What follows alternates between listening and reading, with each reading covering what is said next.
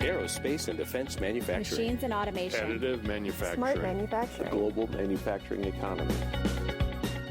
Welcome to Advanced Manufacturing Now, the podcast for manufacturing professionals, powered by SME. From the design screen to the shop floor to final assembly, we drive the conversation about making manufacturing smarter by connecting people who are passionate about manufacturing. Hello and welcome to Advanced Manufacturing Now, the podcast for manufacturing professionals. If you haven't already, like and subscribe to get new episodes delivered to your inbox each week. I'm your host, Lawrence Moebs, editor at SME Media. Today, I'm joined by Jason Hehman, vertical lead for Industry 4.0 at TXI. TXI, which was founded in 2002 and is headquartered in Chicago, works with Fortune 500 and mid-market companies to deliver value through product innovation. And Mr. Hehman brings more than 2 decades of experience navigating the evolving landscape of digital transformation across multiple sectors. He has been fortunate enough to have a career thus far that has paralleled the dramatic technological shifts that have and are still reshaping how businesses connect with customers and optimize operations. Welcome to the show. Our topic today is the digital twin as a transformative technology for manufacturing. Before we get started, Mr. Hehman, can you tell me a little bit more about yourself and your organization, TXI? Yeah, Lawrence, thank you so much for having me today. So TXI, we talk about ourselves as being a boutique digital product consultancy. So we solve complex problems delivering bespoke software. And the work we do is meant to drive our clients' businesses forward, help them gain better insight, make better decisions, and just achieve their growth objectives and move into new areas that are enabled through digital transformation. In my role as the vertical lead for Industry 4.0, I specifically track the manufacturing and industrial sectors, working across a variety of types of challenges where data and insight can improve efficiency, operations, drive new opportunities, and growth. Mm-hmm. Very good. Digitization in manufacturing, you mentioned that as a core function of TXI. Been a big focus for a while now. And I hear a lot of talk about physical systems, digital twins, and they mentioned high fidelity quite a bit. Can you talk about each of these, kind of the real-time interactions between digital and physical systems and how this interaction drives value? Yeah, absolutely.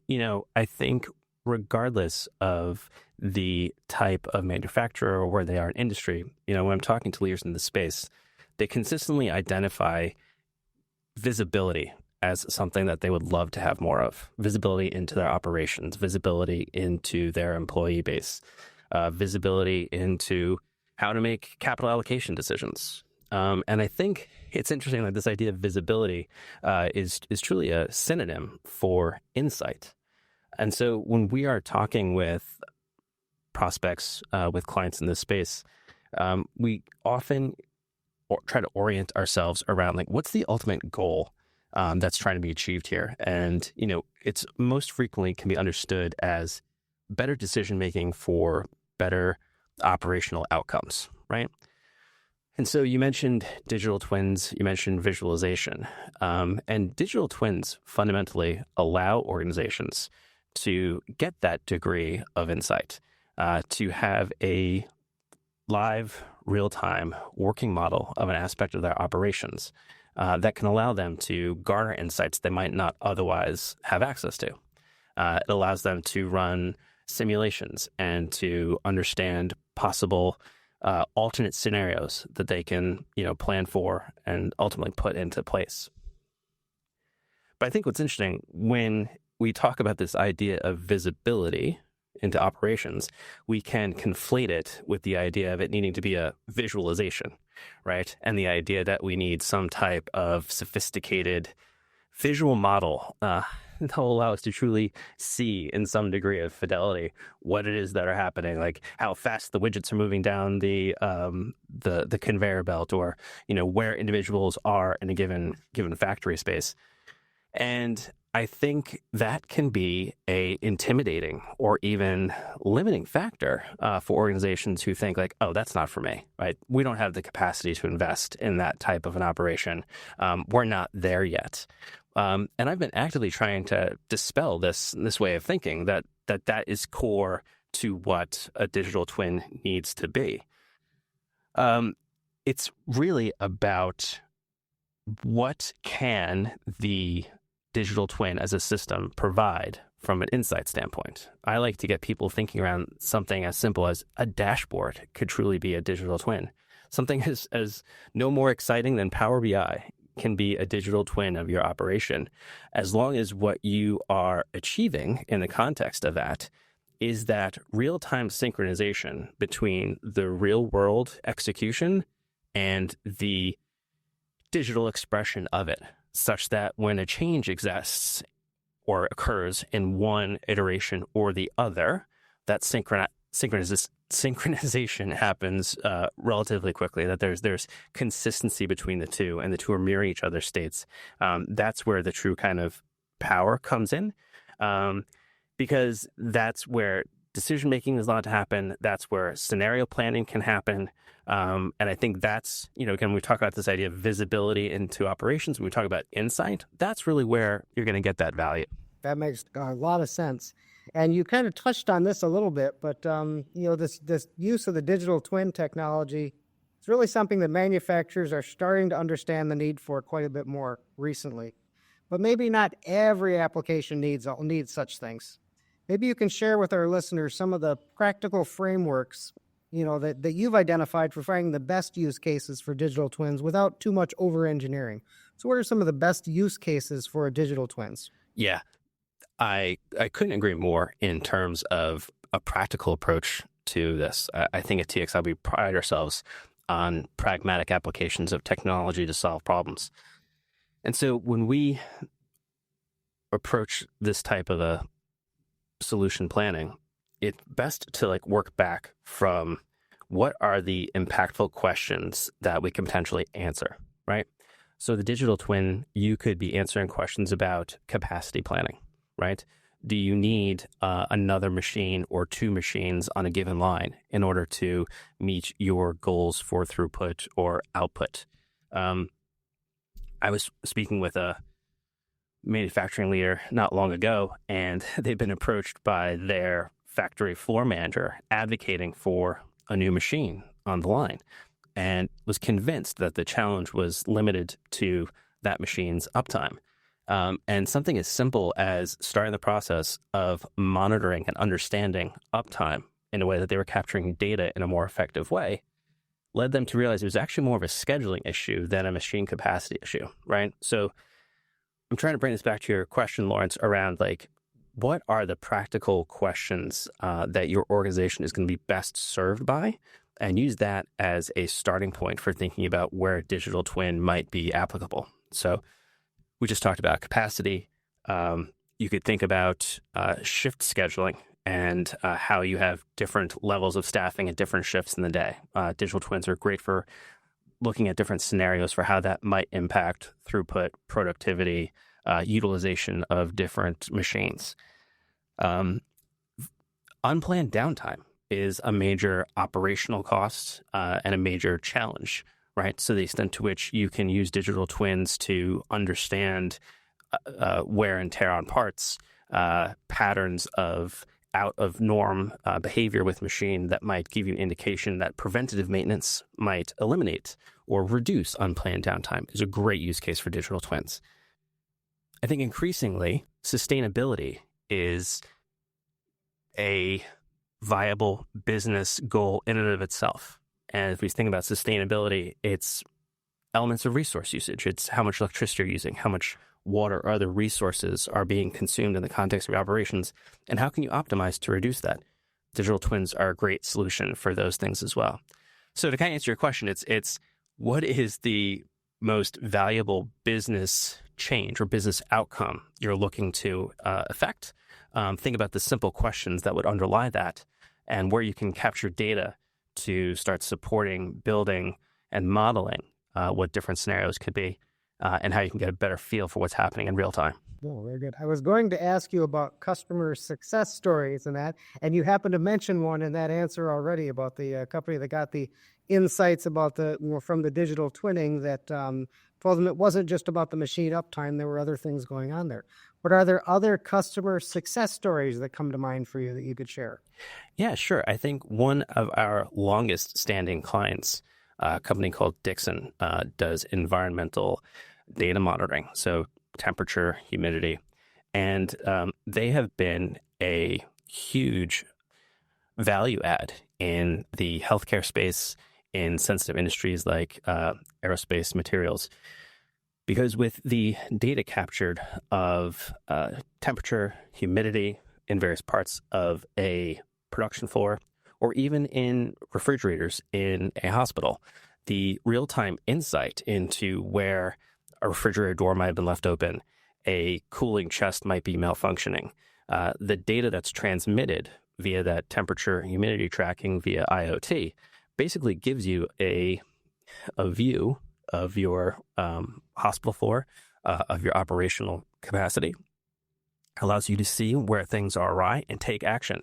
And if you think about the potential downside cost of losing vaccine samples, of losing viable aerospace materials that need to be kept at a certain steady temperature, the business value there is significant. So it's when we think about the things that can be tracked, the data that can be picked up, it's not necessarily just kind of process data, but there's environmental and atmospheric things that also help fill out the picture of what a digital twin can provide a manufacturing leader. Yeah, definitely a lot of factors that go into the equation for sure. And I'm pretty sure that we've all heard the acronym, the SMART acronym, for goals and results, specific, measurable, actionable, realistic, and time-based. And measurable results are, of course, the key. That's what we want to get out of some of these things. But how do manufacturers walk that line? How do manufacturers balance the technical complexity with the real-world practicability in order to achieve measurable results? Because that is the end goal. Yeah, I couldn't agree more. And I think one thing that we pride ourselves on at TXI is taking a value-based approach to how we think about the solutions that get implemented. And by that, I mean, how can we think about the change that can be made and what the business value impact of that is? So in whether that is, like I mentioned before, decreasing unexpected downtime, if that is decreasing electricity or water usage, what is the current state and what's the desired future state that we're trying to achieve? How can we understand all the components of the delta between those things, and make sure that we're set up in a way to measure not just current state, but feel confident in our measurements of future state? The Manufacturing Leadership Council, which is part of the National Association of Manufacturers, released a survey of MLC membership back in, I want to say, August. And in their estimation, as many as like 65% to 70% of manufacturers are still capturing a lot of their data manually, which in and of itself makes for a tremendous challenge in terms of making that data usable and having it in a format that can bring you the insights and bring you the confidence in the decisions that you're making. So I'd say like the transition towards more automated data collection, and orientation towards value in terms of the parts of the process that you're trying to impact, all help you move closer to achieving those types of smart goals and applications.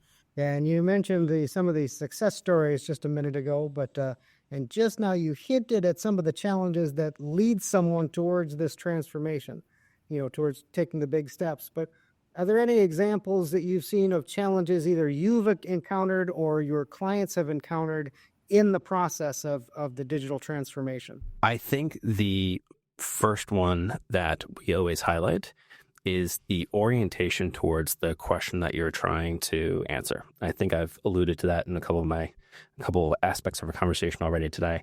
But that focus in terms of like, what is the thing that is going to have the significant and valuable impact on your business, and start from there and move outward. I think it's easy, as we said about digital twins, getting caught up in the concept of visibility. I think it's also easy to get caught up in a desire to measure all the things, right? And to capture data from all the possible places. And that can create similarly a bit of paralysis, right? So I think thinking critically about where are the places from which data can be valuably derived, the amount of data which you as an organization can reasonably manage and derive insights from is a real important starting point in having an effective roadmap and path towards digitalization and digital transformation. Mm-hmm, sure. And of course, it's important to know the results you're aiming for to begin with as well, So that makes a big difference. What's the expression?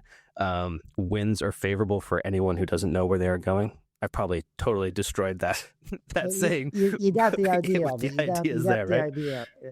Yeah, when you don't know where you're going, any wind will take you there. I think I've heard it. Thank you. Yes, well said. But there's lots of ways. But yeah, definitely the case.